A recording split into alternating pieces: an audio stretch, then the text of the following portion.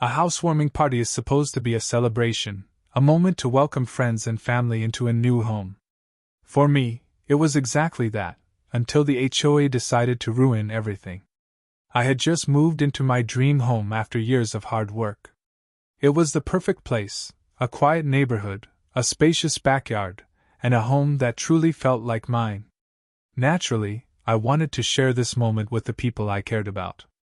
So, I planned a simple housewarming party, nothing extravagant, just a gathering of close friends and family, food, music, and a night of laughter. I sent out invitations, expecting maybe 30 to 40 people to come. The night of the party arrived, and everything was going perfectly. People were enjoying themselves, the food was great, and the atmosphere was warm and welcoming. That was until I noticed a familiar figure standing across the street, arms crossed, lips pursed, watching my home like a hawk. It was my HOA president, a woman known for enforcing the most ridiculous rules imaginable. I had already heard stories from my neighbors, how she fined someone for using the wrong shade of white for their window frames, or how another family got a violation notice for having their garbage cans out 10 minutes too early. At first, I brushed it off. What could she possibly find wrong with a simple housewarming party? Then came the noise complaint. One of my guests informed me that a security officer had arrived at my doorstep, holding a piece of paper. The HOA received complaints about excessive noise, he said, handing me an official warning. I frowned. It was barely 9 p.m., and the music wasn't even loud. I even made sure to inform my immediate neighbors about the party in advance, and none of them had any issues. Still, I nodded and told my guests we'd turn the volume down a bit. Problem solved, right? Wrong. The next morning, I woke up to an official letter from the HOA. My stomach dropped as I read the words. You are in violation of HOA regulations regarding excessive gatherings and disruption of community peace. As a result, the HOA is issuing a formal lawsuit against you for breach of contract and failure to comply with community standards. I read the letter 3 times, hoping I had misunderstood. But there it was, in bold letters. The HOA was suing me for throwing a housewarming party in my own home. I couldn't believe it. A lawsuit? Over a party? My hands shook as I set the letter down. I had seen HOAs abuse their power before, but this was absurd. I immediately called my neighbor, an elderly man named Jim, who had lived in the neighborhood for over 20 years. Jim, have you ever heard of something like this happening before? I asked. There was a pause before he sighed. You're not the first, he said. HOA has been pulling stunts like this for years. But suing someone over a housewarming party? That's a new low. That was when I realized this wasn't just about me. This was about control. The HOA wasn't just trying to punish me for having guests over, they were trying to set an example. They wanted to make sure no one in the community felt comfortable in their own home without their permission. That's when I decided I wasn't going to back down. If they wanted a fight, they were about to get one. I sat at my kitchen table, staring at the lawsuit papers. The idea that my own neighborhood's HOA was suing me for having friends and family over was ridiculous. But as I dug deeper, I realized this was much bigger than a single party. It was about power and control. I needed to understand exactly what I was dealing with, so I started researching the HOA's rules. I combed through the bylaws, looking for any mention of excessive gatherings or community disruption.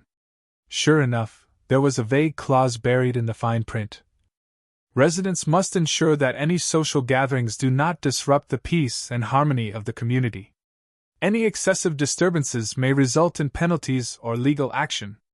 There was no clear definition of excessive, no limit on how many guests were allowed, and no specific rules about noise levels. This was completely arbitrary, which meant they could apply it to anyone, at any time, for any reason. I had a feeling this wasn't just about me, so I started asking around. My first stop was Jim, the longtime neighbor who had warned me about the HOA's past behavior. When I knocked on his door, he greeted me with a knowing look. I was wondering when you'd come by, he said, motioning for me to step inside. Over a cup of coffee, Jim told me how the HOA had a history of targeting homeowners they didn't like. They pick and choose who they enforce the rules against, he explained. A couple of years ago, they went after a single mother because her kids were playing in the front yard too often. Fined her until she had no choice but to move. Then there was the retired veteran down the street. They fined him for parking his RV in his own driveway, even though another guy had a boat sitting there for months with no problem. The more I heard, the angrier I got. This wasn't about community standards. This was about control. I decided to expand my investigation. I knocked on doors, asked questions, and gathered as much information as I could. I learned that the HOA had never sued a resident before. This was a new level of aggression. Certain board members had financial incentives tied to these fines, meaning they profited from targeting homeowners. Several residents had received similar noise complaints for completely normal activities: birthday parties, backyard barbecues, even kids playing outside. It was a pattern. And I was just the latest victim. I wasn't going to let them get away with it. If they wanted to play dirty, I'd be ready. The first step? Legal defense. Luckily, I had a friend who was an attorney, and when I told him about the lawsuit, his reaction was immediate. "This is a joke." He looked over the paperwork and pointed out several issues right away. First of all, they have no evidence. Did they document the noise level? Take pictures? Get signed witness statements? No? Then it's your word against theirs. And second, the language in their bylaws is so vague that it wouldn't hold up in court. Excessive gatherings? What does that even mean? Without a specific number, they can't prove you broke any rules. That was the first good news I'd heard in days. But I wasn't stopping there. I wanted everyone to know what the HOA was doing. I started gathering testimonials from neighbors who had been unfairly targeted. I compiled records of fines that were inconsistently applied. And then, I did something the HOA never expected. I went public. I reached out to local news stations and community blogs. I posted my story online, detailing exactly what the HOA was trying to do to me, and what they had done to others. Within days, my story started spreading. People were outraged. Homeowners from other neighborhoods shared their own horror stories. One reporter reached out, interested in running a piece on HOA abuses in the area. But the best part: the HOA board started panicking. They had been operating in the shadows for so long, using intimidation tactics to keep people in line. Now, suddenly, their actions were under a spotlight. And they did not like that. I knew the fight wasn't over yet, but I had momentum on my side. The HOA wanted to make an example out of me. Now, I was about to make an example out of them. I wasn't just going to fight this lawsuit. I was going to expose the HOA for the power-hungry tyrants they were.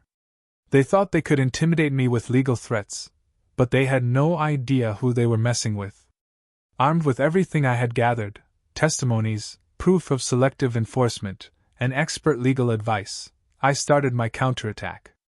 My attorney, Mark, filed an immediate motion to dismiss the lawsuit on the grounds that the HOA had no concrete evidence of wrongdoing.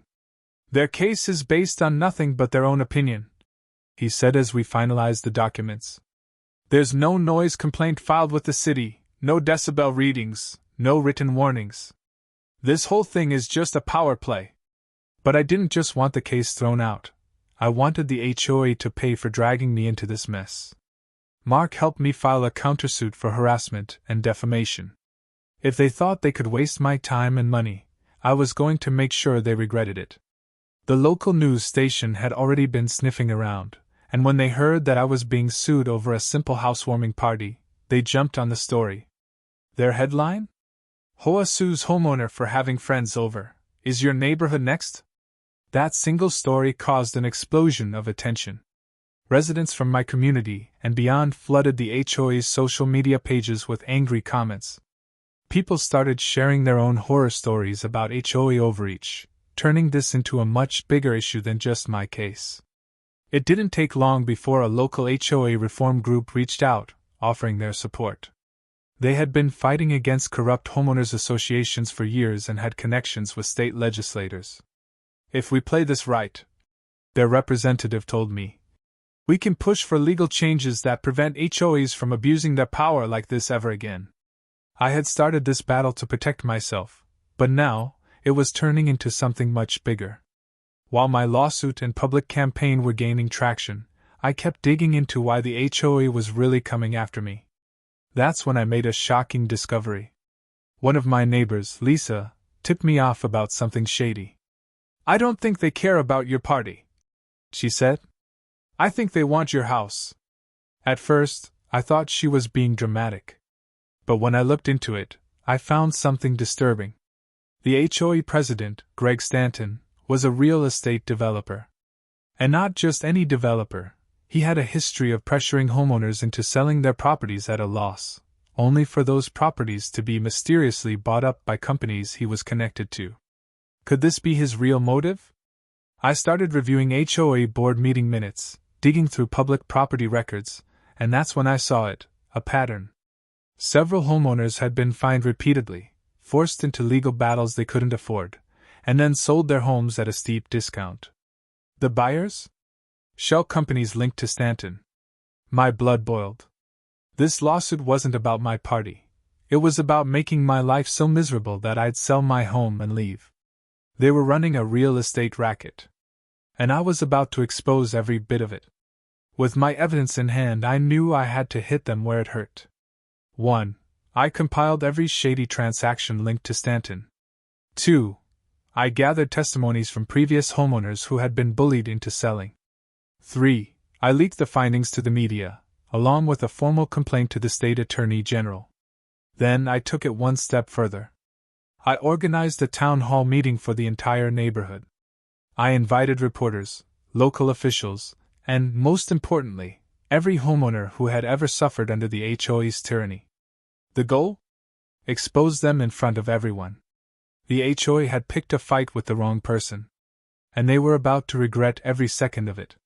The day of the town hall arrived, and I was ready. The room was packed, homeowners, local journalists, even a few city officials who had caught wind of the controversy. People murmured among themselves, frustration thick in the air. The HOA had ruled over this neighborhood for too long, and now, their dirty secrets were about to be laid bare.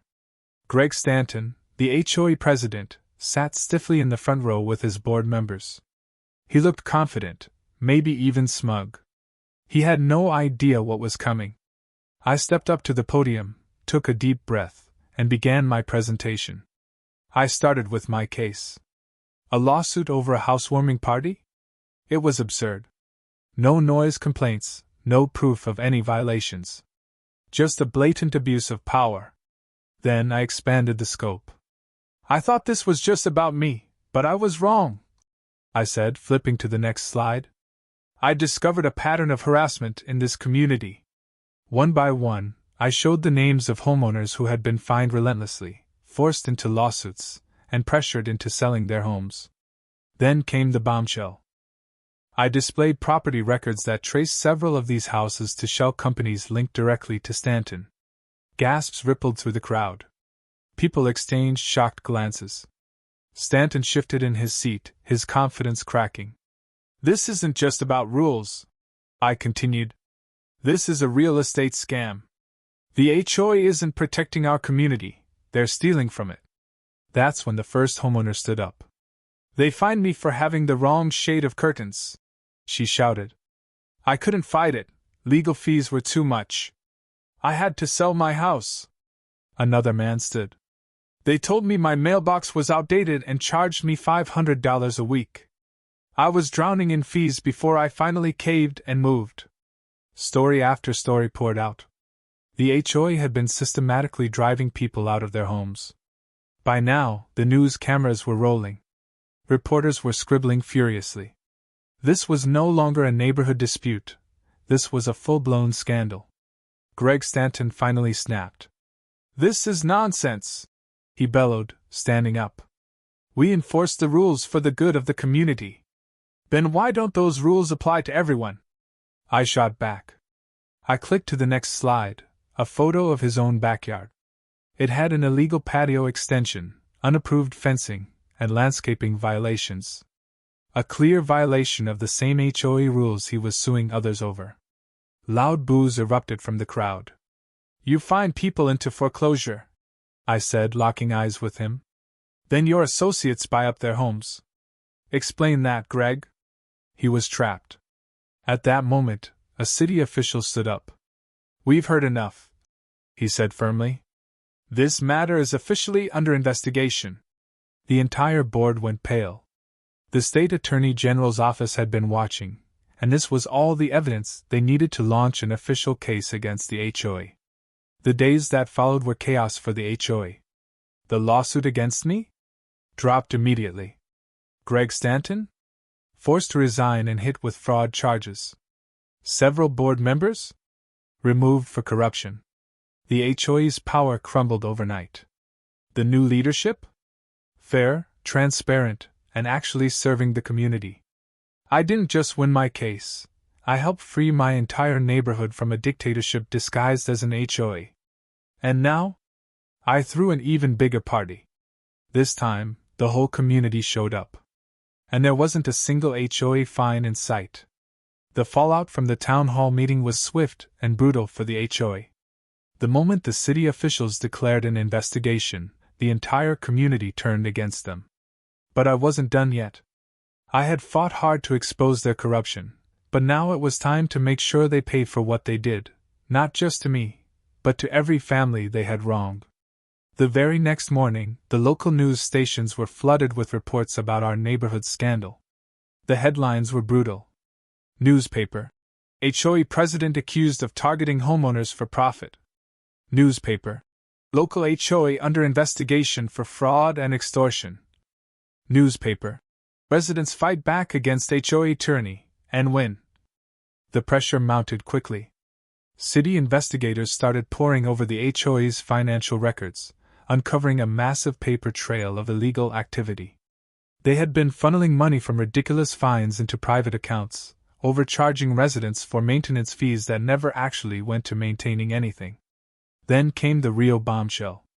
Turns out, Greg Stanton had been paying himself a secret salary out of HOA funds, something that was completely illegal for a homeowners association president. The moment this was discovered, he was removed from his position and slapped with a major lawsuit. But Stanton wasn't the only one in trouble. Several board members were also implicated. Homeowners who had been fined unfairly over the years filed a massive class action lawsuit against the HOA. And guess who helped lead the charge? Me. I wasn't just fighting for my housewarming party anymore.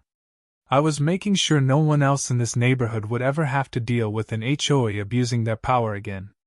The beauty of this moment wasn't just watching the HOA crumble. It was seeing the entire community come together like never before. The woman they fined for her curtains? She joined the lawsuit. The man they forced to change his mailbox? He got his money back, and then some. The dozens of homeowners who had been harassed into leaving? They were finally getting justice. For years, we had all been isolated, too afraid to speak up, fearing retaliation. But now, we were standing as one. And the HOA? They never saw it coming. Just when I thought things couldn't get worse for them, they made one final, desperate move. A letter showed up at my door. A counter-lawsuit. They were suing me, again. This time, they accused me of defamation, for exposing their corruption. I laughed. They had no case. Everything I had shared at the town hall was backed by solid evidence. They were simply trying to scare me into silence. But that didn't work before. And it definitely wasn't going to work now. With my lawyer's help, we shut down their case immediately. It was clear they were finished. A few months later, the case against the HOA went to trial. It was over before it even began. The evidence was overwhelming. The fraudulent fines, the stolen money, the targeted harassment. It was all laid out in court for the world to see. The judge ruled in our favor. The HOA was forced to pay back every unfair fine they had ever issued. Stanton was personally fined thousands for fraud and abuse of power. New laws were put in place to ensure an HOA could never exploit homeowners like this again. It was a historic victory. The HOA board was completely dismantled. A new, fair leadership team took over, making real changes that actually benefited the neighborhood. And me? I never had to worry about them again. A few months later, I threw another housewarming party. This time, the entire community showed up, not just to celebrate my home, but to celebrate our victory. No lawsuits. No fines. Just good food, great company, and a neighborhood finally free from corruption. The lesson? Never let an HOA push you around. They thought they could control me. They thought they could scare me. But they forgot one thing. When a community stands together, even the most corrupt HOAs can't win.